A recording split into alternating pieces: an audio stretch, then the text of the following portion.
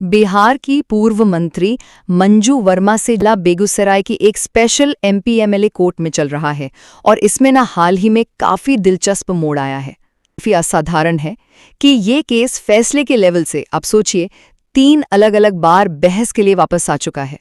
मतलब कानूनी प्रक्रिया में ये एक बहुत बड़ी देरी का संकेत है।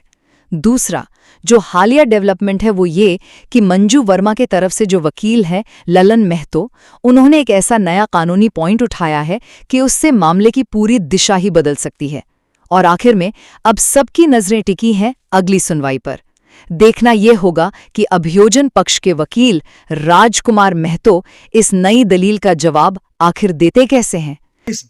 मंजू वर्मा और उनके पति चंद्रशेखर वर्मा के केस में दोनों आदमी पर यह आर्म्स एक्ट का जो केस लगाया गया है वह राजनीतिक प्रतिद्वंदता की वजह से लगाया गया है।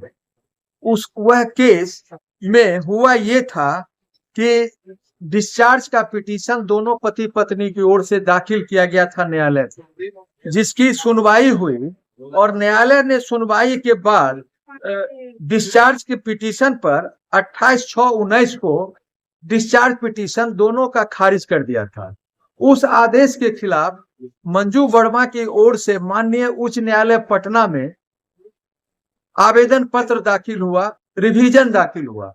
उस रिवीजन में आदेश पारित किया गया 27/2/20 को, और 27/2/20 को जो आदेश पारित किया गया उसमें स्पष्ट कहा गया कि जो निचले न्यायालय का आदेश है उसको स्थगित कर दिया जाए। उसमें न कोई गवाही होगी न कुछ होगा, आदेशे स्थगित हो गया। अर्थात उसमें जो चार्ज हुआ था वो भी स्थगित हो गया, तो उसमें कोई गवाही नहीं होनी चाहिए थी। लेकिन हुआ ये, इस केस में जानबूझ करके प्रोसिक्यूशन की ओर से यह किया गया कि जबरदस्ती गवाही कराई गई। दिनांक 4/8/4/21 को, 23/9/21 को और 4/10/21 को, फिर 21/12/21 को, 23/2/22 को, 4/4/22 को और 22/4/22 को इन तमाम गवाहों की गवाही ली गई। जब केस स्टे था, केस का फर्दर प्रोसीडिंग स्टे था, इसमें से किसी गवाह की गवाही नहीं होनी चाहिए थी, लेकिन प्रोसिक्यूशन समझे तब न, चूंकि राजनीतिक दबाव था कि किसी तरह से मंजू वर्मा के और उसके पति को जेल भेजिए ताकि उसको फिर न आगे टिकट मिले और न मंत्री पद रहे उसके पास। तो इस सब से उसको मुक्ति दिलाने के लिए जानबूझ करके धरफड़ा करके गवाही कराया गया। आज यही बात मैंने न्यायालय को जब कहा और न्यायालय से निवेदन किया, और प्रोसिक्यूशन के जो अधिवक्ता थे राजकुमार, श्री राजकुमार महतो, उन्होंने कहा कि हम बाद में इसका जवाब देंगे। उस समय उनके पास जवाब इस बात का नहीं था। यह केस जानबूझ करके जो उमेश कुमार जो था, जो इस केस का आईओ है, उस केस को कोई ये इन्फॉर्मेंट है, उस केस को मुजफ्फरपुर वाले जो लड़की वाला कांड था उससे कोई लेना देना नहीं था, फिर भी वह इन्फॉर्मेंट बन गया। इसलिए यह राजनीतिक प्रतिद्वंदता के कारण से उपजा हुआ ये केस है। ये दोनों आदमी निर्दोष हैं, कभी गांव में रहते नहीं हैं। जो उसका जो मकान का केयर टेकर रामविलास था, उसने साफ कहा कि चम्मन महतो वो न थे, न उसको उस घर से कोई मतलब है, फिर भी मुदाले है। तो आपके अनुसार गवाही फिर से होनी चाहिए? हमारे अनुसार केस में दोनों को या तो रिहा कर दीजिए, और नहीं कुछ करना चाहते हैं तो फिर से गवाही लीजिए। आपके अनुसार जो गवाही हुई है वो इनफ्रक्चुअस हो गया। वो गवाही न इन पर लागू होगा, न इससे कोई बल मिलेगा अभियोजन को। इसमें रखा 5 तारीख को, 5/12/25 को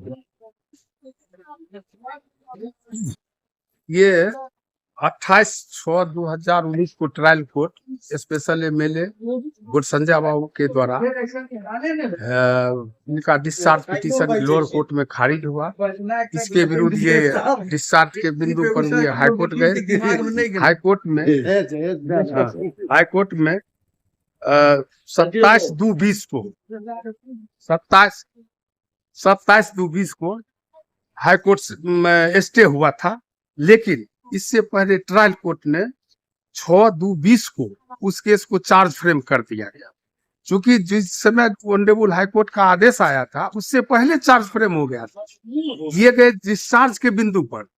तो चूंकि वहां उस बिंदु को नहीं रखा गया, चूंकि कोर्ट को यहाँ चार्ज हो गया, ऑनरेबल हाईकोर्ट को इस बात की जानकारी नहीं थी।